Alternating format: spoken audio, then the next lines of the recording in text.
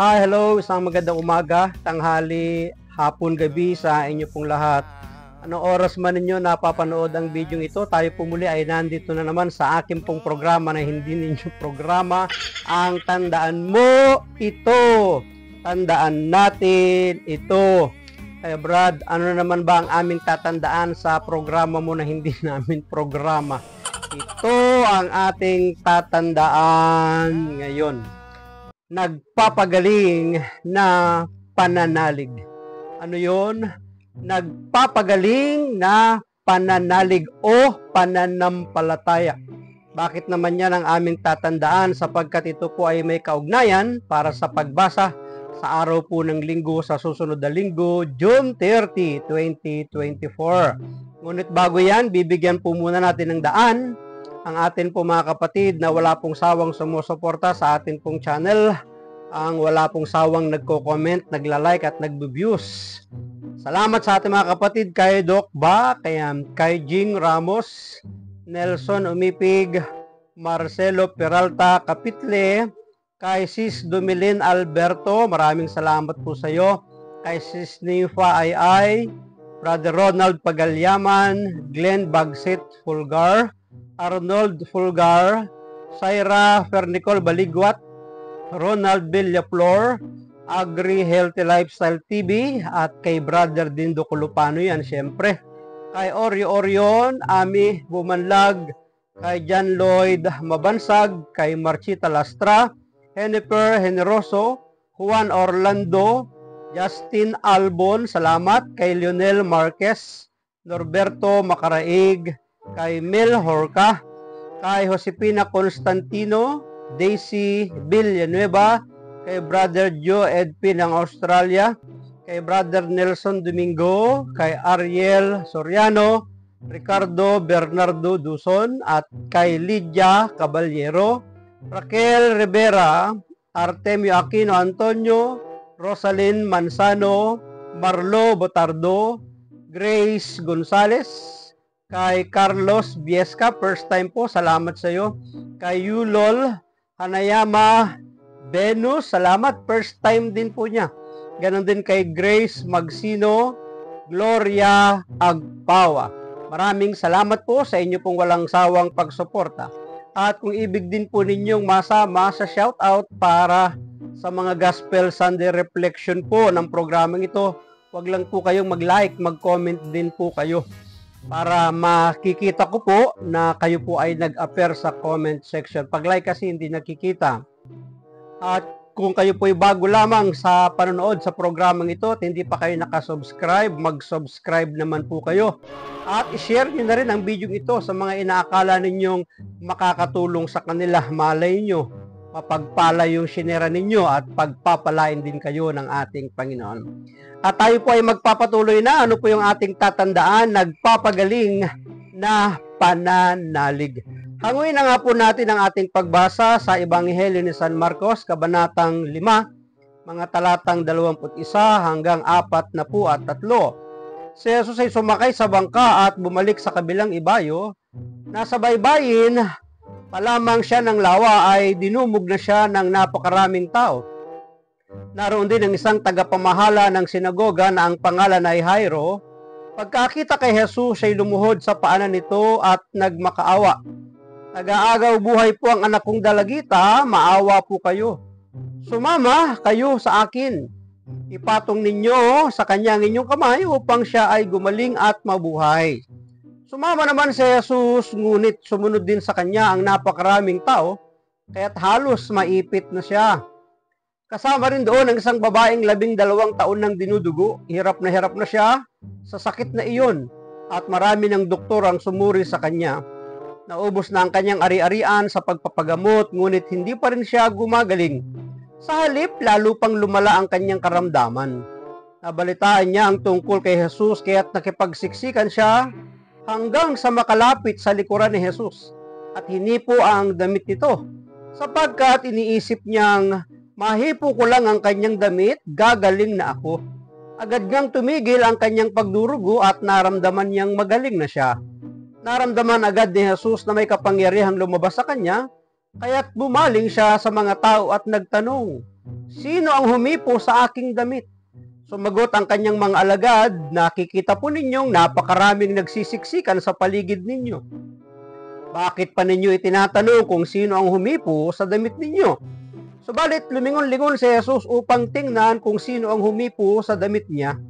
Palibhas ay alam ng babae ang nangyari, siya ay nanginginig sa takot na lumapit kay Jesus. Nagpatira pa at ipinagtapat ang buong katotohanan. Subalit sinabi sa kanya ni Jesus, "Anak, pinagaling ka ng iyong pananampalataya. Umuwi ka na at ipanatag mo ang iyong kalooban. Ikaw ay magaling na." Habang nagsasalita pa si Jesus, ay may ilang taong dumating mula sa bahay ni Jairo. "Patay na po ang iyong anak, huwag na po ninyong abalahin ang guro," sabi nila. Ngunit nang marinig ito ni Jesus, sinabi niya kay Jairo, "Huwag kang matakot, manampalataya ka lamang." At hindi pinayagan ni Jesus na sumama sa kanya ang mga tao, maliban kina Pedro at ang magkapatid na Santiago at Juan. Nang dumating sila sa bahay ni Jairo, nakita nila si Jesus. Nakita ni Jesus na nagkakagulo ang mga tao, may mga nagiiyakan at nananaghoy. Pagpasok niya ay kanyang sinabi, "Bakit kayo nagkakagulo at nagiiyakan? Hindi patay ang bata, siya'y natutulog lamang." Dahil sa sinabi niya, pinagtawanan siya ng mga tao. Subalit, pinalabas niya ang lahat maliban sa 3 alagad at sa mga magulang ng bata at pumasok sila sa kinaroroonan ng bata. Hinawakan ni Jesus ang kamay ng bata at sinabi, "Talita komi," na ang ibig sabihin, "Ineng, bumangon ka." Noon di bumangon ang bata at lumakad at labis na namangha ang lahat. Ang batang ito ay 12 taong gulang na. Mahigpit ay pinagbili ni Jesus na huwag nilang sasabihin kanino man ang nangyari. Pagkatapos iniutos niyang bigyan ng makakain ang bata. Pagpalain po ng Diyos ang pagkabasa ng kanya pong mabuting balita. Pinupuri ka namin, Panginoong Hesu Kristo. Ano po ang ating tatandaan? Nagpapagaling na pananalig. Siguro kung napakinggan po ninyo ang mahabang ating pagbasa, mayroon na po kayong idea kung bakit ito ang ating pag-uusapan. So, self-explanatory sa ating pong pagninilay. Ngunit may mga bagay na gusto po akong puntusan sa ating pong reflection ngayon. Una, sabi sa ating binasa, si Jesus ay sumakay sa bangka at bumalik sa kabilang ibayo. Nasa baybayin pa lamang siya ng lawa ay dinumog na siya ng napakaraming tao. Ito po yung unang puntos na gusto kong puntusan, yung salitang dinumog. Ano po? Dinumog. Kaya una na gusto nating puntusan, dinudumog ang ating Panginoong Hesus kahit saan siya magpunta. Yung salitang dinudumog, dinadagsa, pinupuntahan, pinagsasadya. Alam naman natin na ang ating Panginoong Hesus kahit saan siya magpunta, sa kaburulan, kabundukan, sa ilang, sa disyerto, sa isang bahay, sa isang nayor, sa isang plaza, sa templo, sa mga sinagoga, ang mga tao po talaga excited, interesado na siya'y makita. Iba-iba nga lang ang mga dahilan kung bakit sila nagpupunta kay Jesus. May mga taong ang dahilan kaya sila nagpupunta kay Jesus sapagkat meron silang personal na sadya. Meron silang personal na kailangan na ang alam nila, si Jesus lang ang makapagbibigay ng solusyon, kagalingan, diba? Kapayapaan, kapanatagan, sagot sa mga pagsubok, problema, suliranin.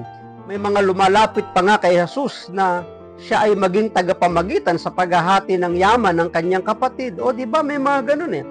May mga tanong ang mga tao na gusto nilang makakuha ng tamang sagot na alam nilang si Jesus ay puno ng karunungan at kaalaman, kaya't ibinibigay niya ang sagot. So minsan mga ganun eh. Pangalawa, na mga taong nagpupunta kay Jesus ay alam naman natin na maraming nagmamanman kay Jesus. Maraming nagtitik-tik.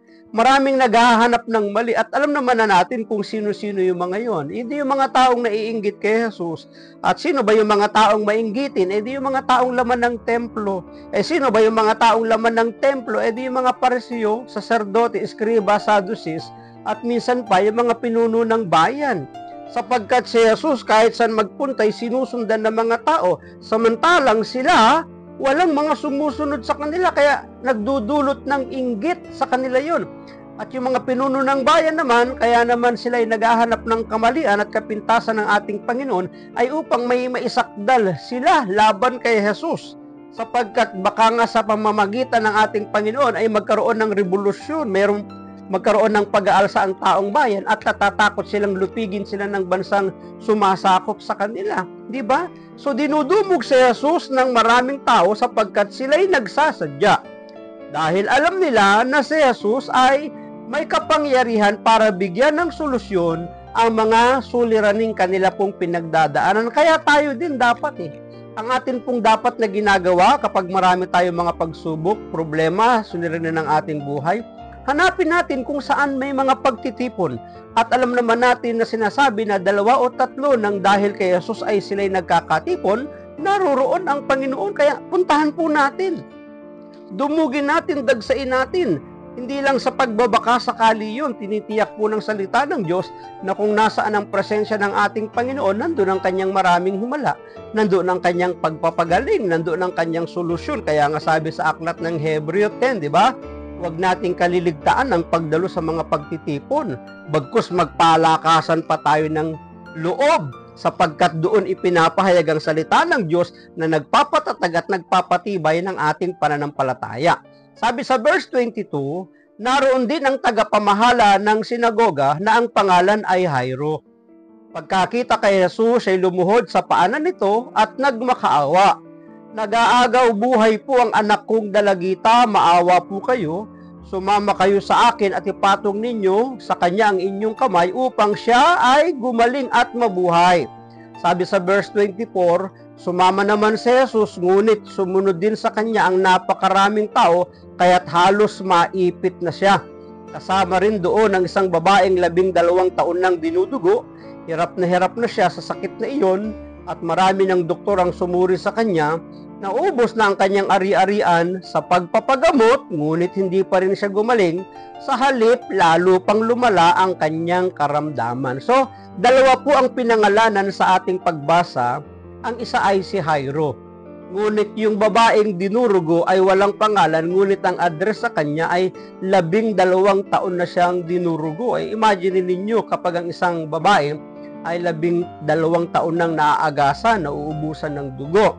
So 2 yung karakter na ang kanilang parehong sadya ay kagalingan. Si Jairo ay para sa kanyang anak.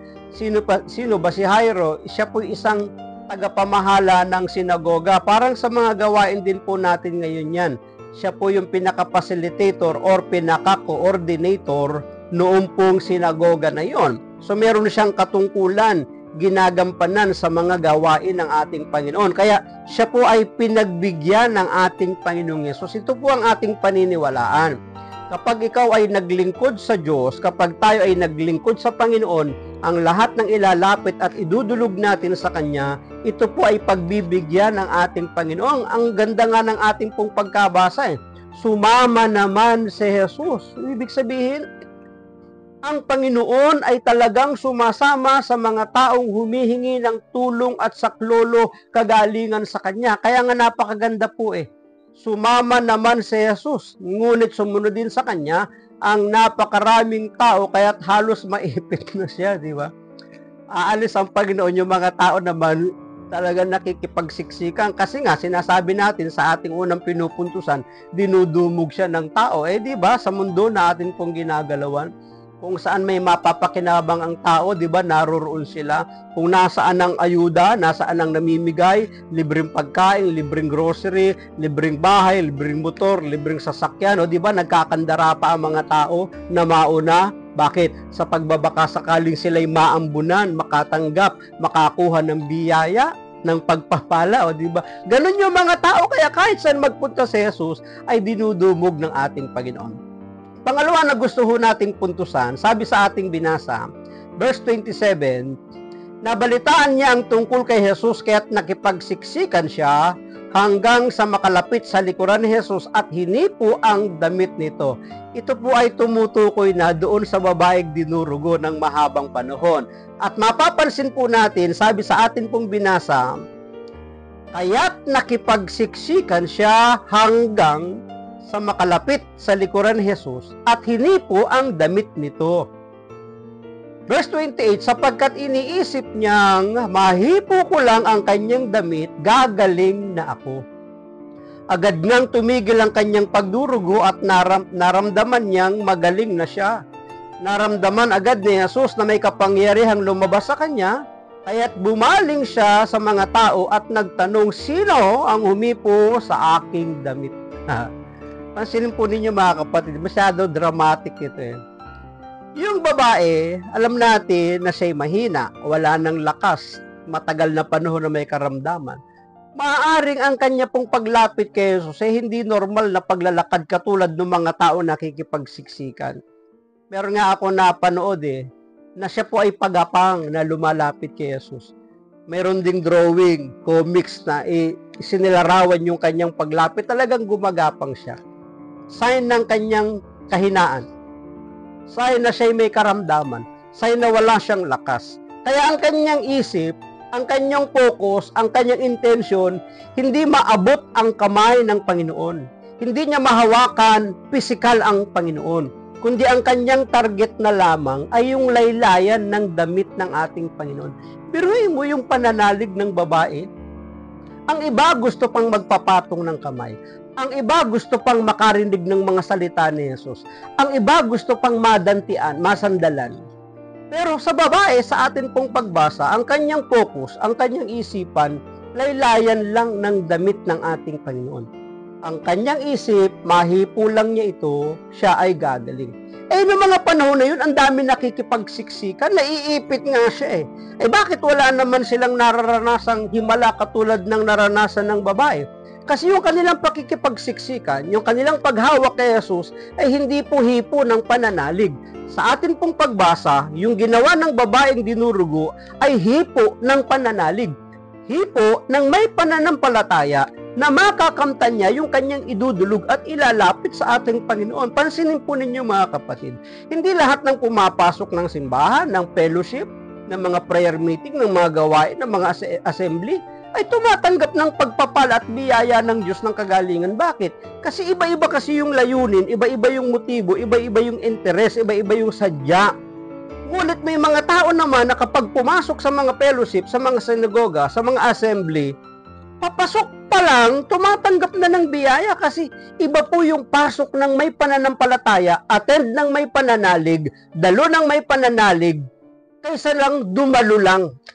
Kagaya dito sa ating pagbasa, madaming nakahawak, maraming nakahipo, nakasandal, baka may yumakap pa nga sa Panginoon sapagkat nagsisiksikan Pero bakit walang magandang resultang sila'y naranasan? Samantala ang babae ito, laylayan lang ng dulo ng damit ng ating Panginoon. Naranasan niya ang kagalingan. Naramdaman na siya'y pinagaling. At sabi sa ating binasa, si Jesus man, naramdaman niya na may kapangyarihang lumabas sa kanyang damit, sa kanyang kasuotan.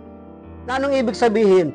Ramdam ni Jesus yung hipo ng pananampalataya, hipo ng pananalig ng babaeng dinurugo. Kaya nga, gumaling yung kanyang pagdurugo. Instant healing, agad-agad nung panahon na yon. Mga kapatid, ito po ang paniwalaan natin. Kapag ikaw ay pupunta sa mga simbahan, sa church fellowship, sa mga assembly, sa mga prayer meeting, sa mga pagtitipon, sa mga sinagoga, malayo ka pa lang, dapat nasa bahay ka pa lang, sinasabi at binibigkas mo na, makatungtong lang ako doon sa fellowship na yun. Makaawit lang ako sa fellowship na yun. Makapagpuri lang ako sa fellowship na yun. Gagaling na ang aking mga karamdaman. Matutugo na ang aking mga kahilingan. Mapagbibigyan ang aking mga problema at suliranin. Mabibigyan ng solusyon ang malaking pagsubok ng aking buhay. Iba kasi yung hipo ng pananalig ng babaeng ito kaysa doon sa mga taong nakikipagsiksikan sa ating Panginoong Yesus. Sabi ng verse 30, naramdaman agad ni Jesus na may kapangyarihang lumabas sa kanya. Kaya't bumaling siya sa mga taong nagtatanong, sino ang humipo sa aking damit? Di ba? Alam ni Jesus na may humipo sa kanyang damit. Mga alagad, di ba? Ang dami-daming tao, Lord. Bakit naman hinahanap po pa kung sino humipo sa'yo? Ang dami namang humipo sa'yo. Ang dami ngang humawak sa'yo. Iba kasi yung hipo ng may pananampalataya. Sumagot ang kanyang mga alagad, nakikita po ninyong napakaraming nagsisiksikan sa paligid ninyo. Bakit pa ninyo itinatanong kung sino ang humipo sa damit ninyo? Bakit kaya hindi sinabi ni Jesus na, sino humipo sa aking kamay? Sino humipo sa aking braso? Sino humipo sa aking kamay, sa aking daliri? Sino humipo sa aking balikat? Sino humawak sa aking likod? Sino humawak sa aking paa? Bakit kaya damit? Kasi pati laylayan ng damit ng ating Panginoon nagtataglay ng kapangyarihan. May kapangyarihan ang lahat ng bahagi ng ating Panginoon. Ang lahat ng kanyang ginamit may kapangyarihan, di ba? So, verse 32, lumingon-lingon si Jesus upang tingnan kung sino ang humipo sa damit niya. Palibhasa, alam ng babae ang nangyari, siya'y nanginginig sa takot na lumapit kay Jesus. Nagpatira pa at ipinagtapat ang buong katotohanan.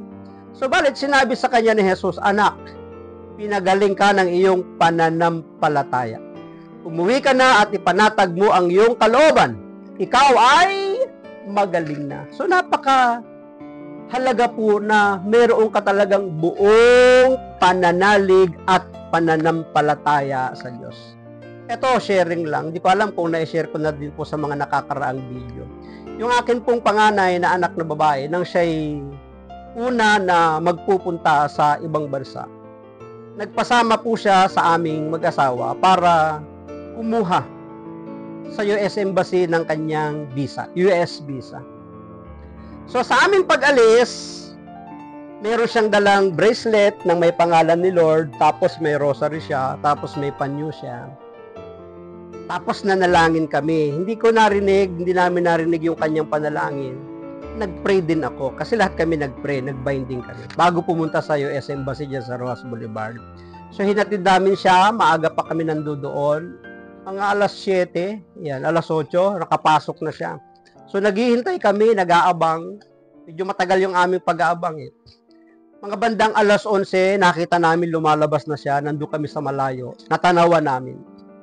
Biglang tumaas ng kamay at nag-thumbs up. So, ibig sabihin, kung siya'y nag-thumbs up, approve yung kanyang pag-apply ng US visa. Nung siya'y malapit na, kwento-kwento, maraming kwentuhan, tapos ako nagtanong sa kanya, sabi ko, ano bang pinag-pray mo bago tayo umalis ng bahay? Ano ba pinag-pray mo kay Lord? Kasi siyempre, hindi biro yung pagkuha ng visa ng Amerika, di ba? Hindi biro ang pagkuha ng US visa. Alam niyo po, ang kanyang panalangin, simple lang eh. Sabi niya, El Shaddai, papasok po ako ng US Embassy na nakangiti. At lalabas ako ng US Embassy nakangiti. Very positive siya, mga kapatid. Alam naman natin na maraming nade-deny, di ba? Tapos ikinikwento niya na yung dalawa na kanyang sinusundan, dinig niya na deny, reject yung kanilang paghingi ng US visa. Samantalang pagdating sa kanya, pagharap niya doon sa konsul, kunting tanungan lang daw, tapos tinatakan siya ng approve. Ang bilis! Kaya yung kanyang panalangin, ano ang kanyang panalangin? Sabi ko, anak, ano bang pinanalangin mo bago tayo umalis ng bahay? Ang sabi niya, El Shaddai, papasok ako ng US Embassy na nakangiti. At lalabas ako ng US Embassy na nakangiti. Walang sign ng negative. Walang sign ng pagdududa at pag-aalinlangan. At yung kanyang panalangin yon, pinatunayan at sinamahan ng Diyos, approve nga siya. Kaya nang siya lumabas ng US Embassy, ngiti-ngiti, nagtatthumbs up pa. So, anong ibig sabihin? Dapat tayo ganun din, katulad ng babaeng dinurugo. Kapag tayo lalapit sa Panginoon, maging positive tayo sa ating inaasahan, sa ating minimithi. Paniwalaan natin, sampalatayanan natin, na matatanggap natin yung bagay na ating hihingiin sa Kanya. Sapagkat alam naman natin na mapagbibigyan tayo ng ating Panginoon. Tingnan po ninyo sa ating pagbasa. Yung Jairo, nang siya'y humingi ng tulong at saklolo sa ating Panginoon para pagalingin ang kanyang anak, si Jesus ay sumama, pinagbigyan, di ba? Ngayon naman dito, yung babae ay walang kapahintulutan kay Jesus nang humipo sa laylayan ng damit ng Panginoon, bagamat walang kapahintulutan, yung kanyang pananampalataya ang nagmanifest sa kanyang buhay para siya'y pagalingin. Yun yung nagdulot ng kanyang malaking kaginhawahan, bagamat walang kapahintulutan dahil sa kanyang pananalig at pananampalataya na mahipo lang niya ang laylayan ng damit ng ating Panginoon, dumating at naramdaman niya, naranasan niya ang kagalingan buhat sa ating Panginoon. Kaya nga, nung siya'y hinanap, dahil sa kanyang takot, dahil alam niya yung totoong nangyari, nagtapat siya. Minsan, alam niyo, sa mga bagay na ginagawa ng Diyos sa ating buhay, kailangang ipahayag din natin ang kapurihan ng Diyos. Dapat isinishare din natin, ipinagsisigawan natin ang mga mabubuting bagay na ginagawa ng Diyos. Ikaw na nakikinig dito ngayon, ikaw na nanonood ngayon, ang dami ng pagpapalang tinanggap mo sa buhay, pero hanggang ngayon natatakot ka pang ipatotoo. Natatakot ka pang ipagsigawan ng mga magagandang bagay na ginawa ng Diyos sa iyong buhay. Katulad ng babaeng dinurugo, ipinagtapat niya yung kanyang naranasan, yung pagpapagaling ng Panginoon sa kanya. Ano ang ginawa ng ating Panginoon sa kanya? Anak, pinagaling ka ng iyong pananampalataya. Kinumpirma na kinumplit na ng ating Panginoon yung kagalingan ng babaeng dinurugo. Umuwi ka na at ipanatag mo ang iyong kalooban, ikaw ay magaling na. So yun yung pangalawa. Ano ang atin pong pinag-uusapan? Nagpapagaling na pananalig. Pang-una, dinudumog siya ng maraming tao sapagkat maraming taong nakakabalita na kung nasaan si Jesus sa kanyang pangangaral, sa kanyang pagpapagaling, sa kanyang paghihimala. Marami ang mga taong napagpapala kaya't siya'y pinupuntahan at dinudumog ng mga tao. Pangalawa, ang hipo ng babaeng dinurugo ay hipo ng pananalig, pananampalataya, kaya natanggap niya yung instant na kagalingan buhat sa ating Panginoon. Verse 35, ito yung ikatlo, habang nagsasalita pa si Jesus, may ilang taong dumating mula sa bahay ni Jairo, patay na po ang inyong anak. Huwag na po ninyong abalahin ang guro, sabi nila. Isang masamang balita para kay Jairo. Nang siya'y dumulog at humingi ng saklolo kay Jesus, sumama si Jesus sa kanya. Ngunit nang sila'y dumating na doon sa bahay na kanyang kinalalagyan, ang sumalubong sa kanya masamang balita, patay na ang iyong anak. Mga kapatid, kapag kasama natin si Jesus sa ating buhay, katulad ni Jairo, hindi tayo dapat mangamba at mag-alala. Yung nakaraang gospel, ang mga alagad ay natakot dahil lulubog na yung kanilang bangkang sinasakyan. Hindi nila naalala, hindi nila alam na si Jesus ay may kapangyarihan at may kontrol ng lahat ng bagay kahit ng kalikasan. Natakot sila Hindi nila alam na may kakayahan ng Panginoong Hesus na pigilin ang lahat ng dilubyo, ng bagyo, unos na kanilang kinakaharap nung mga panahon na yon. At ito ngayon, si Jairo ay isa na namang patunay na kasama ang Panginoong Hesus pero masamang balita ang sumalubong.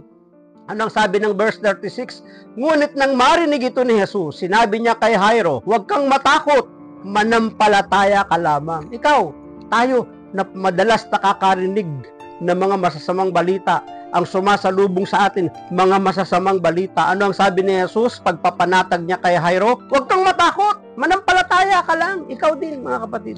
Kayo pong nanonood ng video ito. Panghawakan natin ang madalas sa sinasabi ni Jesus. Huwag kang matakot, manampalataya ka lang. Kaya nga ito yung ikatlo na gusto ko humpuntusan Hindi nabibigo ang lumalapit.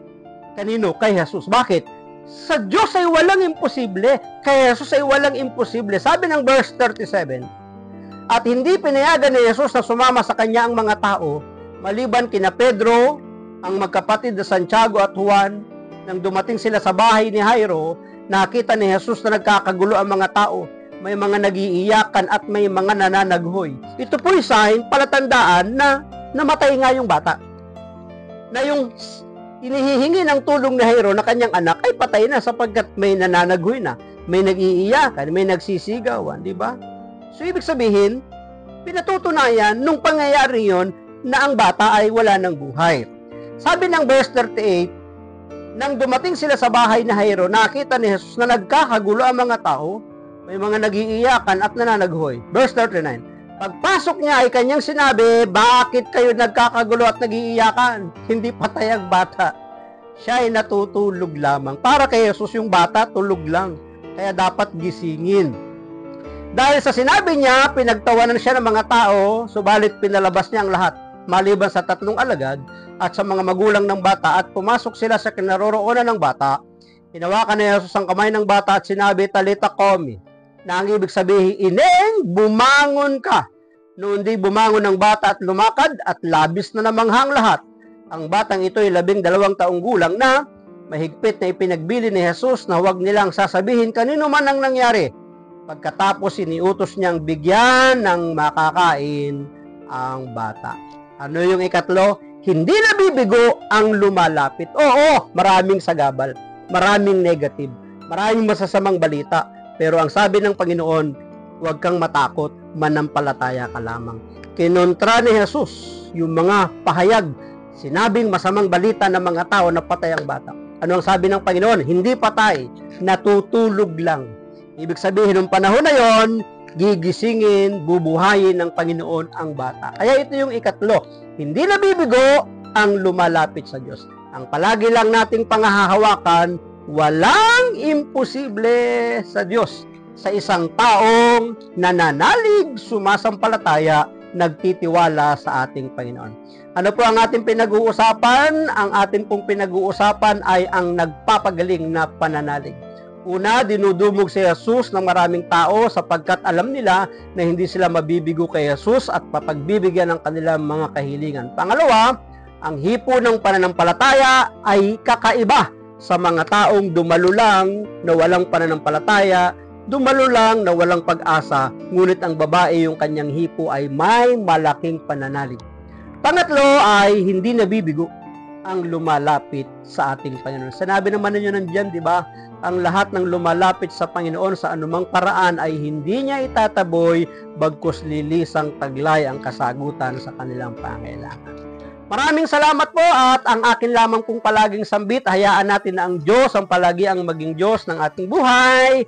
Bye-bye and I love you with the love of the Lord.